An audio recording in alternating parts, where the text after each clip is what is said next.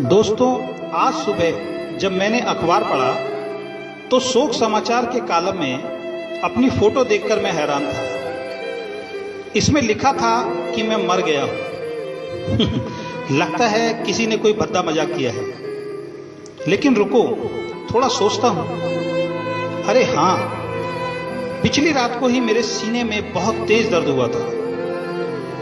मैं पसीने से तरबतर हो गया था और उसके बाद मुझे कुछ याद नहीं। हाँ, शायद मैं गहरी नींद में सो गया था। अरे सुबह के 8 बज गए हैं। लगता है आज ऑफिस में फिर लेट हो जाऊंगा। आज फिर चिड़चिड़े बॉस का भाषण सुनना पड़ेगा। पर यह क्या, मेरे ड्राइंग रूम में से इतने लोगों की आवाजें क्यों आ रही हैं? अरे यहां तो बहुत भीड़ है। ये सब लोग रो क्यों रहे हैं? ये क्या, मेरा शरीर सफेद कपड़ों में लिपटा जमीन पर क्यों पड़ा है? मैं यहां हूं, मैं चिल्लाता हूं, कोई इधर देखो, देखो मैं इधर हूं। पर यह क्या, कोई ध्यान क्यों नहीं दे रहा? ना ही कोई मेरी आवाज सुन पा रहा है। हर कोई बस रोती हुई आंखों से मेरे शरीर को देख रहा है। मैं अपने कमरे में वापस आ जाता हूं। बाहर कोहराम मचा हुआ है। ये क्या, मेरी बीवी रो रही है? वो बहुत दुखी और उजड़ी सी दिख रही है। मेरे बेटे और बेटी भी रो रहे हैं। मेरी मां भी जोर जोर से रो रही है। लगता है मैं मर गया हूं। नहीं, मैं कैसे मर सकता हूं? अपनी बेटी और बेटे से यह कहे बगैर कि मैं उनसे बहुत प्यार करता हूं और मैं उनका बहुत ख्याल रखता हूं। मैं कैसे मर सकता हूं अपनी बीवी से यह कहे बगैर कि वो दुनिया की सबसे खूबसूरत और ख्याल रखने वाली बीवी है? कैसे मर सकता हूं मां बाप से यह कहे बगैर कि वो हैं तो मैं हूं? मैं कैसे मर सकता हूं अपने दोस्तों से यह कहे बगैर कि वो मेरे जीवन के सारे गलत फैसलों पर मेरे साथ खड़े रहे? लेकिन मैं वहां कभी नहीं पहुंच पाया जहां उन्हें मेरी सबसे ज्यादा जरूरत थी। अरे वहां कोने में मेरा सबसे प्रिय मित्र खड़ा है। वो अपने आंसू छिपाने की कोशिश कर रहा है। कभी हम सबसे पक्के दोस्त थे। एक छोटी सी गलतफहमी ने हमें दूर कर दिया था। हम दोनों के अहंकार की वजह से कभी हम एक दूसरे को माफ नहीं कर पाए। मैं उसके पास जाता हूं और उससे कहता हूं, दोस्त, मैं अपनी गलतियों के लिए तुमसे माफी मांगता हूं। हम आज भी अच्छे दोस्त हैं, मुझे माफ कर दो। पर यह क्या, उसकी तरफ से कोई रिस्पॉन्स क्यों नहीं मिल रहा? क्या आज भी वो अहंकार में है?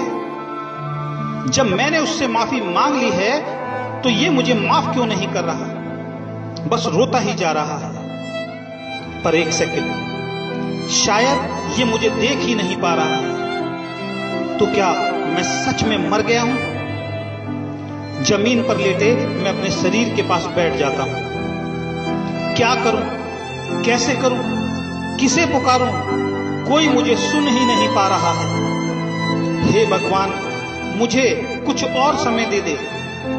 मैं अपने बच्चों, बीवी, मां बाप, दोस्तों को यह बताना चाहता हूं कि मैं इन सबको बहुत प्यार करता हूं। मेरी बीवी कमरे में आती है।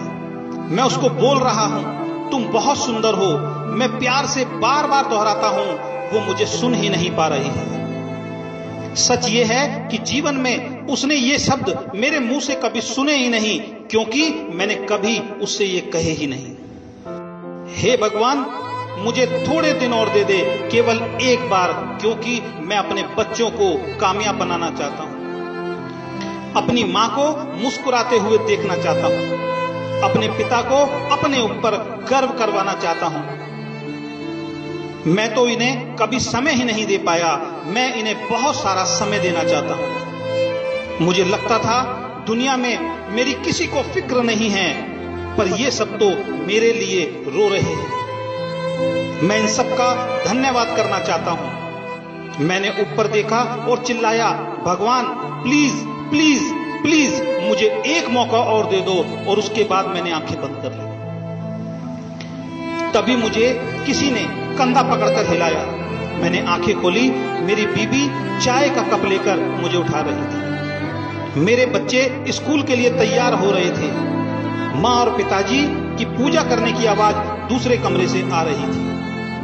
मेरी आंखों में खुशी के आंसू आ गए।